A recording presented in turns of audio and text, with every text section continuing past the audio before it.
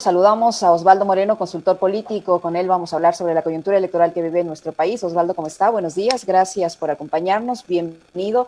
Estamos con usted, Alexis Moncayo, y quien le habla, Licenia Espinel.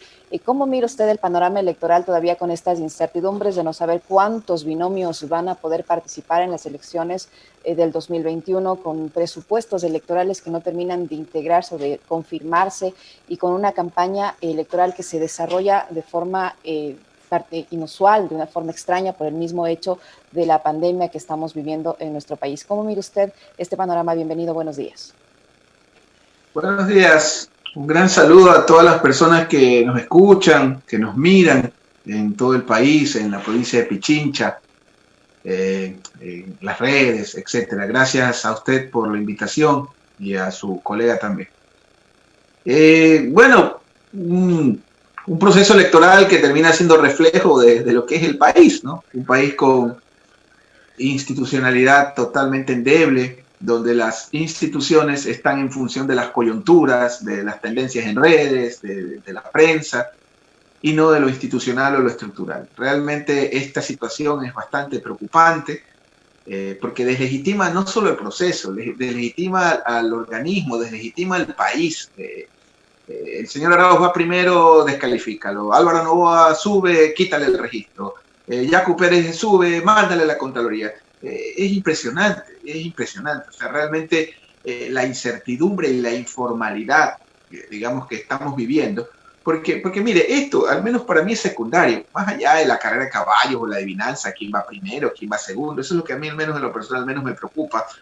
Es el proceso de transición, de las cuales ninguno, yo no siento que la opinión pública sea persona o está hablando, que creo que es lo más trascendente, el proceso de transición. Es decir, la persona que gane las elecciones y que se posesione el 24 de mayo del 2021, es una persona que va a tener condiciones extremadamente difíciles, llámese Arauz, llámese Yacu, llámese Guillermo, llámese Juanito, llámese Isidro, etcétera, etcétera. Las condiciones son terribles, son peores, de acuerdo a todos los especialistas, los indicadores están peor que en el 99, para que usted tenga una idea. Y yo no percibo que estamos hablando de la transición, que es hacia donde, ojalá, si es que la señora Romo es destituida o cesada, no sé cuál es la figura legal, la nueva conducción, digamos, del gobierno que ponga el presidente sea una persona que ya se encabece y se centre en la transición política, que creo que es fundamental y más importante que la coyuntura. Alexis. Me ha pasado a mí. Con base a eso le pregunto a Osvaldo Moreno, conocedor y especialista en esta materia electoral, ¿los candidatos en general están desconectados también? O sea, no solo el gobierno, porque vemos que sí hay una desconexión del gobierno, no tienen idea de qué es lo que quieren los ciudadanos. Tenemos una ministra que está totalmente desentendida del ámbito de la seguridad. Esta semana hemos visto en la ciudad de Quito varios eventos tristes, lamentables, de asaltos a mano armada, de robos de toda índole, pero está más ocupada de los maniqueos políticos, ¿no?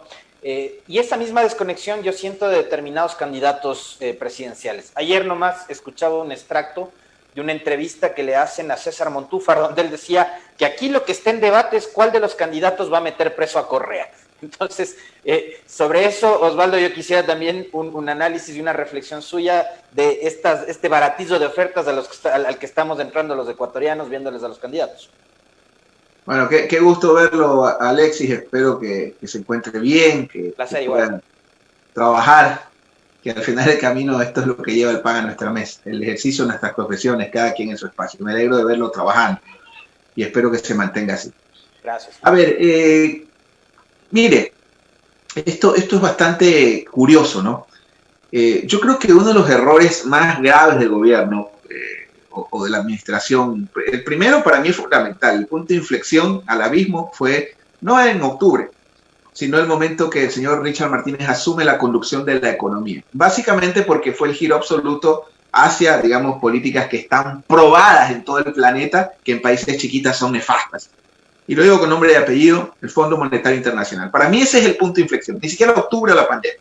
Ese es el momento que el gobierno ya toma, porque les soy honesto, a mí la pelea con Correa me era indistinta. Por último, eso era inevitable porque no puede haber dos capitanes en un barco. Es digamos, el cambio de conducción de la economía nacional que usted ve el desastre que estamos viviendo, por un lado. Por otro, Creo que otro de los errores del gobierno es el haber hecho del juicio a este señor, al señor Correa, que no lo conozco, nunca lo he visto, lo veía por televisión y había días que me hizo dañar televisores del coraje por las cosas que decía los sábados y había días que lo aplaudía también, pero no lo conozco, no tengo vínculos, no sé quién es, lo veo en la calle, no lo reconozco sinceramente.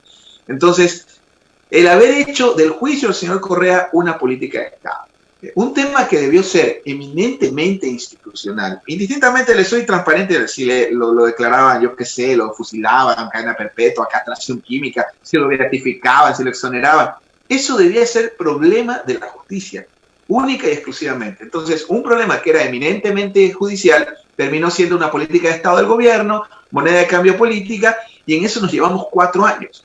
Y eso, desde mi lectura, si vamos ya a lo electoral, ha terminado, porque soy honesto, yo creo que en parte el correísmo está cosechando lo que sembró, pero 2 errores no hacen un acierto.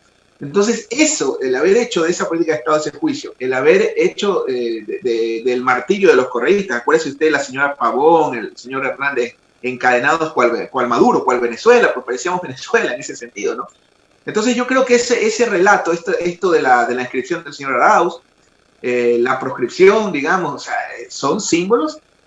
Porque miren, en Ecuador pasan cosas loquísimas. Yo tengo guardado, que la tengo guardada para cuando retome la docencia, que es quizás lo único que extraño en mi vida pasada. Hay una imagen donde una serie de catedráticos, abogados, baluartes de la democracia solicitaban abiertamente la proscripción del correísmo. O sea, estamos en los 70.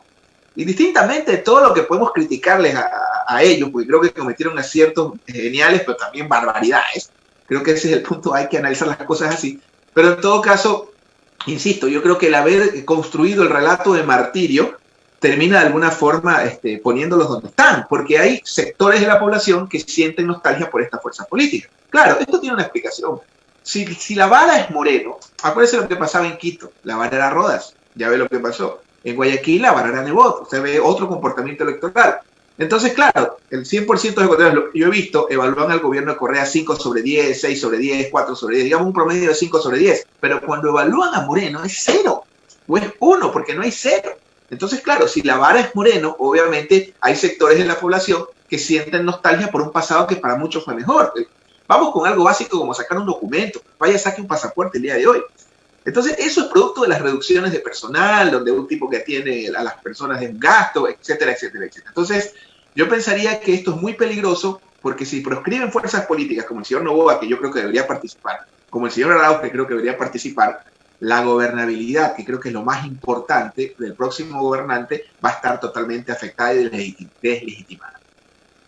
Osvaldo, ¿cómo mira usted el hecho de que uno de los principales candidatos ya, digamos que más comunes por el número de veces que ha intentado llegar a la presidencia de la República, me refiero al señor Guillermo Lasso, haya comenzado con una serie de críticas al candidato o hasta ahora precandidato Andrés Arauz y lo ubica como su principal rival a vencer en las elecciones de febrero del próximo año? ¿Cómo mira usted esta reacción que empieza ya a tener el señor Lasso?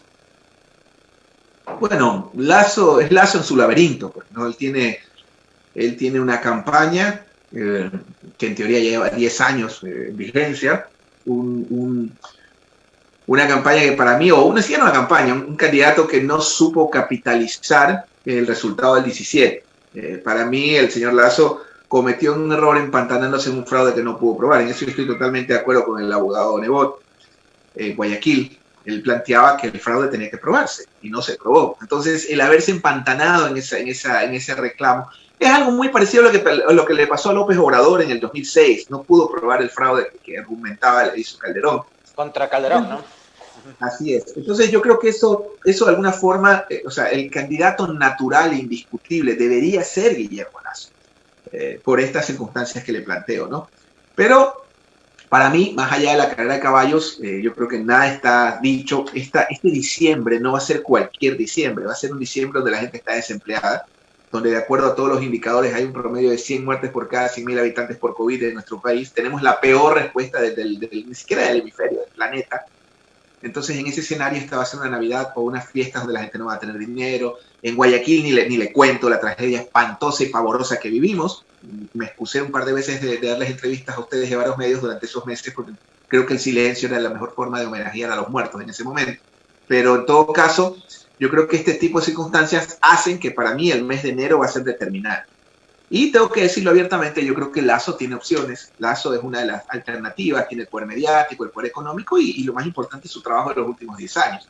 Y dentro de ese escenario, sin duda, él tiene que construir un relato con un contendor que es el correísmo, porque el correísmo, al menos en todos los estudios de opinión que yo he visto, encabeza todas las opciones electorales, a tal punto que a partir de que Correa no estuvo en la papeleta, se nos quitó la opción de ganar en primera vuelta en ese momento a esa fuerza política. Habría de ver qué sucede de aquí al mes de enero. Hablemos un poquito del análisis de la estrategia también, con un especialista en esa materia. Guillermo Lasso mostrándose como algo probablemente que no es, ¿no? Tratando de tener empatía, subiéndose al escenario a decir que es viernes, el cuerpo lo sabe, que si quieres tomarte una cervecita, ya que no sé qué. Por un lado, tenemos a un Yaku que actúa de una forma muy natural, ¿no? Muy natural, que puede convertirse también en un personaje que pueda romper esos esquemas tradicionales. Yo no sé si está muy bien asesorado o esa naturalidad le surge en el día a día, ¿no? La fotito del oso, la fotito haciendo yoga en la playa, que después generaron memes, que esos memes finalmente no se convierten en un factor negativo, sino que le ayudan a viralizarse, a hacerse popular, a estar en las redes, a que hablen de él, ya sea para bien o para mal. Y hay algunos analistas que dicen que no importa que sea bueno o malo lo que digan de ti, lo importante es que hablen de ti. Y lo otro, Arauz, que se muestra como quizás el hombre más preparado, con 2 doctorados, ahora nos habla de este Wikiplan y de la democracia 3.0. Le planteo estos 3 nombres porque quizás son los que más están sonando, pero si usted quiere ampliar en el análisis, Osvaldo, lo que hace Isidro Romero en su estrategia, de lo que viene haciendo. Hace poco hablamos con Javier Hervás antes en la entrevista, entonces sí quisiera que usted desmenuce cómo va la estrategia política de cada uno de estos cuadros políticos. A ver, yo probablemente estoy seguro que debe haber grandes profesionales en todas las campañas, así que mi crítica o mi análisis sería la táctica, porque le comento que en ocasiones uno puede plantear una estrategia extraordinaria, pero si no hay quien la implemente o si hay, digamos, no hay cómo ejecutarla o la parte táctica lo hace mal, se complica. A ver, ya que usted me ha nombrado las candidaturas, yo veo el caso, vamos a empezar por Arauz. Yo creo que Arauz es un mal candidato, extraordinariamente bien preparado por su currículum, pero con un padrino fuera de serie. A ver, Arauz no es carismático, digamos que en eso está de tú a tú con el señor Lasso. Yo en esa campaña siento un vicepresidente con más, un binomio con más protagonismo, que creo que tiene su propia agenda, su propia campaña, y eso no es tan bueno al final porque la gente vota por presidentes, y adicional a eso los recuerdos de los vicepresidenciables del país no son muy gratos, indistintamente del tema de reivindicar o no a Glass, eso ya le corresponde al correísmo y a la justicia. Entonces yo siento en la campaña de Arauz dos campañas, una campaña, digamos, una fiesta, una comparsa alrededor digamos, una chiva, o sea, no despectivamente, ¿no? Una campaña totalmente, una agenda que tiene Rabascal, pero ojo, la gente vota por presidenciales, entonces creo que debería ser al revés, debería ser Rabascal accesorio a la campaña de Arauz, ¿no? Y no Arauz estar al margen. Esa es mi lectura. Yo siento la campaña de Rabascal y la gente no vota por vicepresidente. Sobre la campaña de Lasso, bueno, yo percibo una ausencia, digamos, en un orden táctico, no estratégico, ¿no? La discusión, digamos, está centrada en el tema económico. Son hallazgos de la investigación. Yo, por ejemplo, creía que todo iba a girar en torno al COVID y lo que puedo encontrar hace no mucho es que todo se centra en lo económico. La gente está con el tema económico y cáigase para atrás. Salud estará cuarto quinto, ¿no? Entonces son hallazgos de la investigación. Me imagino que yo recuerdo un dicho muy montubio, el muerto no reclama, decimos en el monte, ¿no? Entonces tal vez por ahí vaya, no lo sé, pero son hallazgos que uno encuentra en la opinión pública. Y en el caso de Lasso, yo creo que más allá de ser banquero, que eso, o sea, ser presidente de un banquero va a ser un parangón en la historia de la comunicación política, así que lo logran hacer, pero es un tipo que sí podría hablar de empleo, por ponerle un ejemplo, ¿cierto? Cuando la discusión medular está en eso, creo que él debería hablar solo de aquello. Eso, de hecho, lo dije en otro medio de comunicación, y creo que hasta lo implementaron, pero en todo caso, de nada sirve dar una idea si no existe la forma de poder medirla, de poder plantearla, de poder analizarla, ¿no? Entonces, creo que el Lasso tiene esa naturalidad de poder ser esa opción, porque en el mes de enero, y después hablamos de Yaku, en el mes de enero es el mes donde la gente busca las certezas, las contundencias, ¿no? Y es donde necesita una persona que le dé esa certeza. Y el correísmo en eso te puede hablar de un pasado que fue mejor, claro, si la vara es Moreno, ¿no es cierto? Y en el caso de Pérez, a ver, yo siento algo rarísimo en esta elección, por eso creo que enero es contundente, donde no hay, Pérez tiene una ventaja y un gran hueco. Una ventaja que sí puede calificarse de nuevo en todos los ámbitos, pero falta la costa. La costa es fundamental. La costa últimamente ha puesto presidentes, digamos, porque lo genera, hay liderazgo solo de la costa, y segundo, los pone electoralmente. Entonces, porque los grandes bastiones del velasquismo era la costa, le comento. ¿Ah? Entonces, yo siento que Pérez en la costa tiene un gran espacio, un hoyo negro enorme. Yo creo que en la Sierra Centobar, es más, yo creo que hasta en Quito no tiene problemas, porque hay dos Quitos, pues, ¿no? El Quito que está desconectado de la realidad, que vive del túnel para la izquierda, que es lo que llamamos la desconexión absoluta de las élites, pero eso es a todo nivel. Esa élite que no entiende por qué ganó Yunda todavía y que calcule usted cómo van a entender el cuerpo profundo. Pero yo creo que el Pachacuti, la CONADIE, tiene un grueso electoral en Quito, en el Quito, digamos, popular. Entonces, tal vez esa ventaja tenga Pérez, pero la otra desventaja es un poco ausencia absoluta de vocerías. No hay, digamos, una propuesta, habla de las papitas, el choclito, la tierrita. Eso está bien, pero llega un punto en el que tú tienes que emitir una sentencia en materia económica. Hay que tener claro que así como en la sierra la Pachamama es sagrada, en el mundo andino, en la costa, la propiedad privada es nuestra Pachamama. Entonces, veo con excelentes ojos esa candidatura, pero ojo, enero es el mes donde vienen las contundencias y yo siento una ausencia en la costa, ¿no es cierto?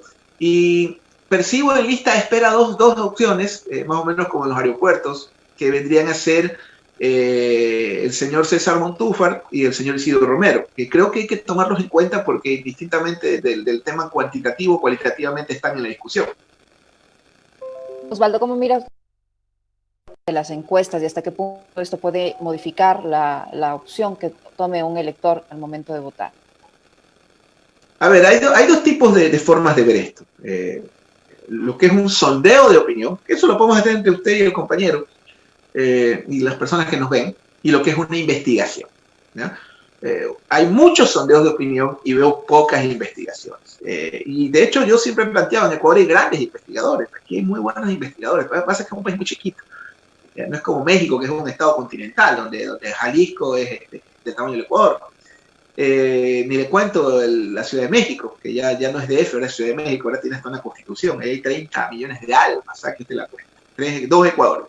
A ver, yo creo que la opinión pública sufre un fenómeno de velocidad en los contenidos y la información, es decir, lo que usted y yo estamos conversando en este momento probablemente ya no es que esta semana va a perder vigencia. Quizás termine esta entrevista y después de mediodía ya perdimos vigencia todo lo que usted y yo estamos hablando. Entonces, el electorado, digamos, o más que la opinión pública es muy fugaz. Eso, a diferencia, que es de lo que ustedes los medios casi nunca hablan, es, más allá de la carrera de caballos, de lo que sí nos da la opinión cualitativa, que es la que a mí más me gusta en lo personal. Cuando nosotros tomamos un proyecto electoral, lo que menos nos importa es la intención de voto, al menos a 3-4 meses. Es lo que está detrás de esa intención de voto, ¿no? Lo que genera el ciudadano, por qué decide votar así, etcétera, etcétera. Usted dio en el clavo, los por qué. Los por qué me los da la investigación cualitativa. Es más densa, sí, tiene otra lógica, sí. Porque, a ver, el cuanti para nuestros radioescuchas, el cuanti es cantidad. ¿Conoce usted al amigo? Sí, no contesta, perfecto. Un porcentaje sí, otro no contesta. Eso es un cuanti. El quali es los por qué. ¿Conoce usted al amigo? Sí. Si lo tuviera al frente, ¿qué le dirías? Tal cosa. ¿Qué es lo mejor de tal cosa? ¿Qué es lo peor tal cosa? ¿Cuál es el perfil de tal? Entonces, al menos en el ámbito cualitativo yo no creo que vaya a variar mucho. Creo que el eje medular es el económico. Y eso, mire, usted puede entrevistar a cualquier economista del país. Porque lo digo con todo respeto y me cae un poco la vara a mí también. Yo creo que no siempre las mentes más lúcidas son las que salen en los medios de comunicación.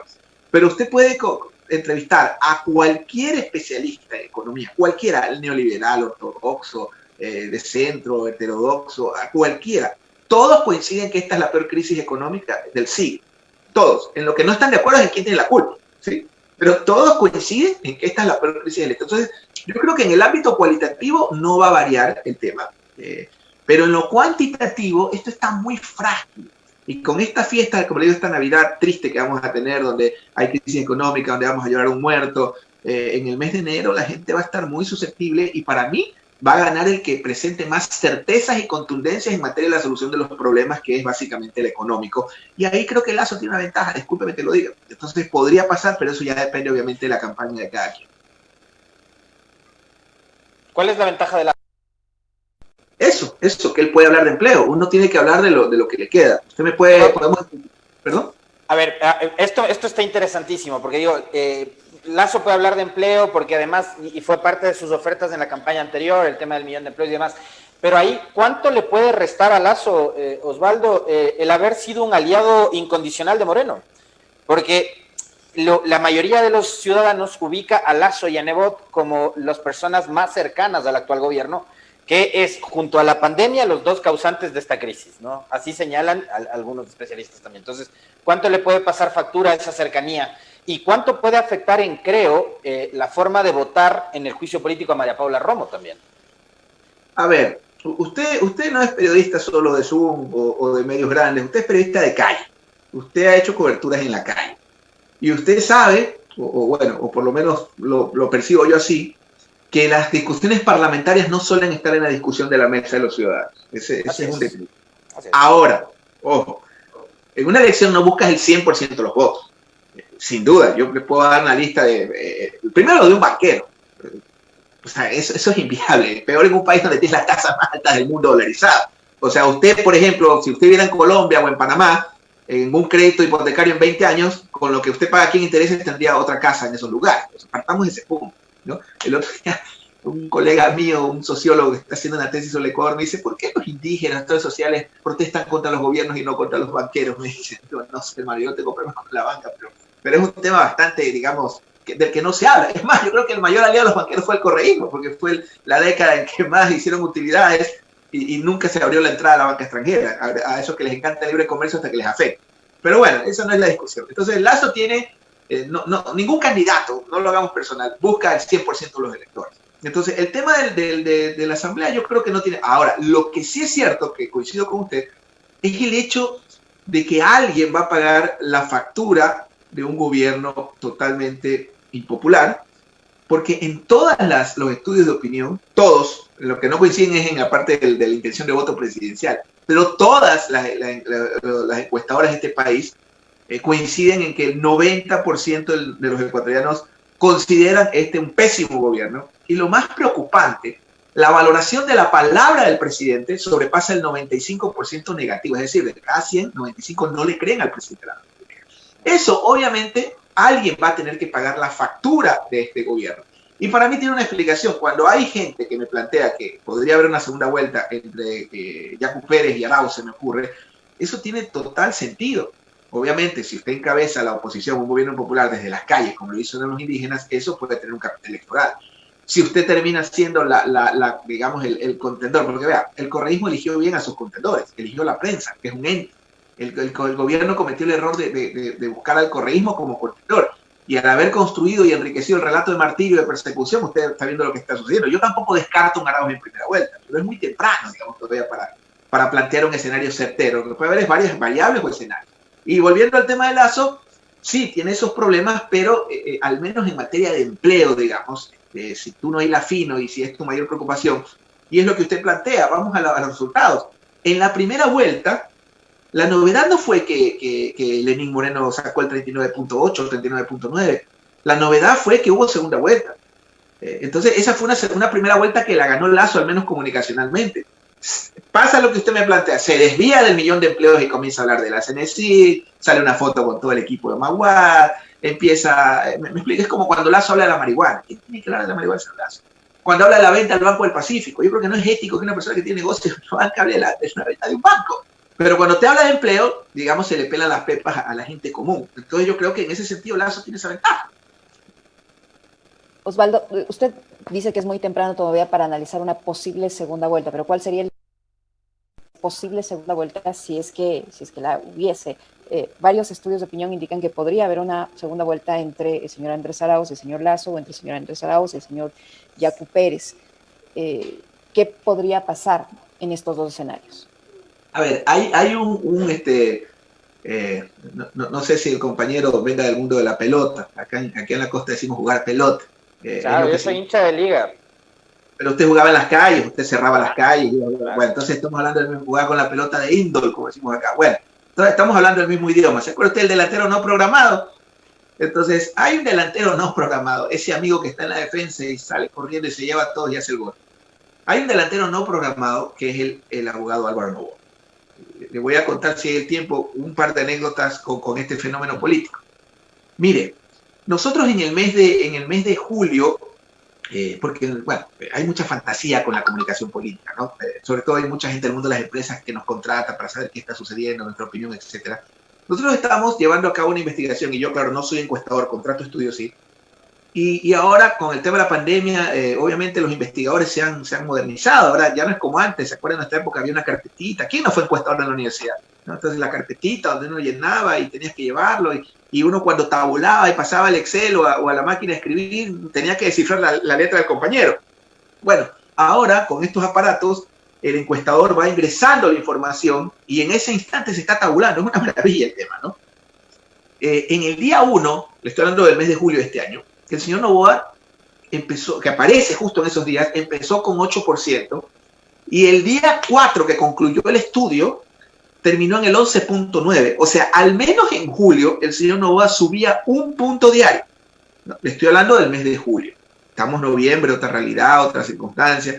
Entonces, yo no descartaré, cuando usted me habla de los memes, de salir desnudo con el osito peluche, a ver, Álvaro Noboa le ha tomado 20 años que tomemos en serio lo de los huracanes. ¿Sí? No es tan fácil. Tú no puedes aparecer en el vecindario, hablar de cervezas, y ya que no sé qué, o salir desnudo con mosquitos. O sea, del ridículo no se vuelve, ojo. Yo no creo que eso sume tanto, o por lo menos no sé cuánto puede afectar, pero no creo que sume. Tal vez no pueda afectar. Aparte que Yacu tuvo la suerte que ese día le ganó Bolivia. Entonces el tema migró rapidísimo en la discusión. Pero más allá de eso, yo pensaría que Noboa es una alternativa, ¿ya? Y es una alternativa, esto es más o menos que solo con el rumor desmontaba gran parte del relato de Lasso. Solo con el rumor. Yo he conversado con varios especialistas en derecho electoral y todos me dicen que es imposible que Álvaro Noboa no se le permite inscribir en esta elección. Que tal vez lo haga en Navidad, para Reyes, qué sé yo, pero es inevitable en derecho. Eso ya pregúntele a un experto en materia electoral. Pero en todo caso, si Noboa entra al ruedo, estamos hablando de que si Arauz o el correísmo es una fuerza que está en segunda vuelta, entraríamos a la disputa del segundo puesto.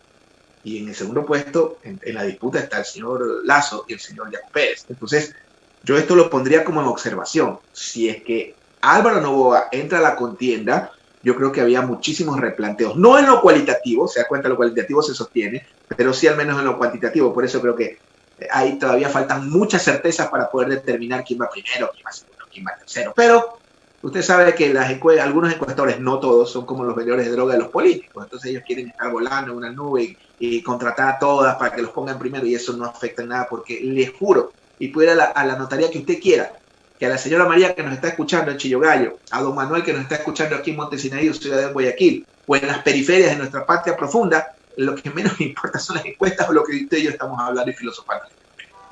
Yo para cerrar nada más, porque se nos acaba el tiempo, quisiera pedirle a Osvaldo Moreno una valoración de lo importante que va a ser el voto millennial en esta elección y cómo deberían los candidatos trabajar y conectar precisamente con ese voto joven, que digamos, a nadie le veo que le esté hablando a los jóvenes en el Ecuador, y la experiencia de lo que ha ocurrido en Perú en los últimos días nos dice que hay una población, un grueso muy, muy importante de la población que es joven y que tiene otro tipo de aspiraciones, ¿no? A ver, hay mucho mito y mucha ficción. Mito, todo va a ser digital y por eso tenemos que llegar a los millennials, pero todo va a ser digital, eso es mito. Mito, tienes que comprar el software mágico que yo te vendo, la granja de troles, evidencia, vamos por la evidencia. De 2.800.000 niños, y usted ha hecho periodismo de investigación, también lo culmino con todo respeto a que podemos hacer en otro momento otra entrevista para cotejar esto porque es importante. De 2.800.000 niños, ojo con esta información, del régimen Costa, 1.400.000 no pudieron estudiar. ¿Sí? La mitad. ¿Y sabe por qué no pudieron estudiar? Por 3 factores. El primero, conectividad. ¿sí? ¿Qué significa conectividad? No tienen un plan de internet o no les llega la señal a donde viven. El segundo, ausencia de un aparato, o un celular, o una computadora. Porque eso es una barbaridad lo que está pasando con las laptops, ¿no? Pues mire el mito de la liberalización de los temas. No le pongamos aranceles, cero impuestos. Mire lo que está pasando con las laptops. Tenemos las más caras del planeta. No se vaya a Estados Unidos, váyase a Colombia, pero aquí cuestan el doble. ¿Sí? Debería regularse eso. Pero bueno, sigamos. El 70% de los docentes de la red pública en la costa no podían trabajar porque no tenían conectividad en su casa. Y si vamos a las áreas rurales, esto se dispara, ya no hablamos de 50, 40, hablamos casi de 90, 100%. Entonces, me explico, el mito es que todo va a ser digital, la evidencia nos dice otra cosa. Ahora, ¿qué pasa con este tema de los famosos millennials? Mire, el tema no es quién llega a los millennials, cualquiera puede llegar, ¿ya? Es como yo averiguo dónde vive una señorita, o usted un caballero, señorita que le gusta, un caballero, qué sé yo, le quiere mandar flores, chocolates, yo le puedo mandar las flores a su casa. El hecho es que acepte salir con usted. Entonces, el problema no es cómo llegas a este sector de la población, sino, y que es la clave, creo yo, el eslabón perdido de la comunicación, cómo los movilizas. Esa es la palabra. No quién llega a los millennials, sino quién los hace movilizar. Ahora, hay muchos mitos con los famosos millennials. Millennials que quieren ser ricos en 2 semanas, que repudian a la política, que quieren encontrar el amor en una noche, que tienen un desapego absoluto al proceso, en algunas ocasiones con razón, otras con no. Mire, si al señor Manuel, de 78 años jubilado, le roban su sueldo, probablemente no puede comprar sus pastillas para la presión y la diabetes y se va a morir.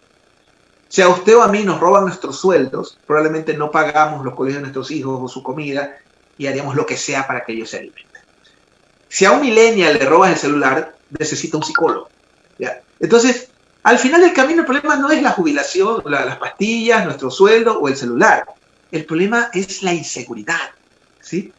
La inseguridad termina afectando al millennial, a usted y a mí y al jubilado. Entonces, el tema no es que hay que centrarse en uno porque voy a llegar por las redes, no, por ahí no va. Es cómo yo capitalizo o cómo yo materializo una solución para persuadir a los electores en general, porque padecen los mismos problemas. Al final, la inseguridad afecta a todos los sectores de la sociedad. Y obviamente hay canales diferentes, eso sí es cierto. Hay formas de comunicar mensajes distintos, pero al final la estrategia es la misma.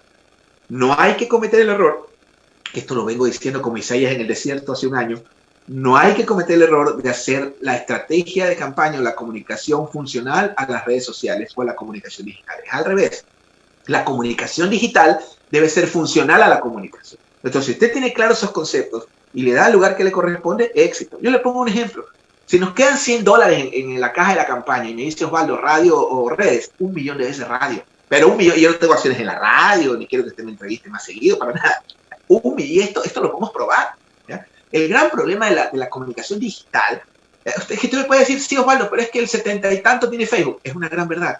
Pero usted ha visto las mediciones de la credibilidad del contenido que la gente recibe en los medios digitales, ¿ya? Cuando hemos preguntado, ¿usted tiene Facebook? Sí, el 68%. ¿Usted cree en lo que recibe en Facebook? Sí, el 8,5%. ¿Me explico? Entonces, el problema de lo digital hay que hilarlo fino y no dejarse llevar, digamos, por la tendencia, la novelería de redes tan fantasiosas, sobre todo como Twitter, ¿no? De hecho, yo a todos mis candidatos siempre digo, lo que dice Twitter, vamos a hacer al inverso, que ese es un resultado favorable.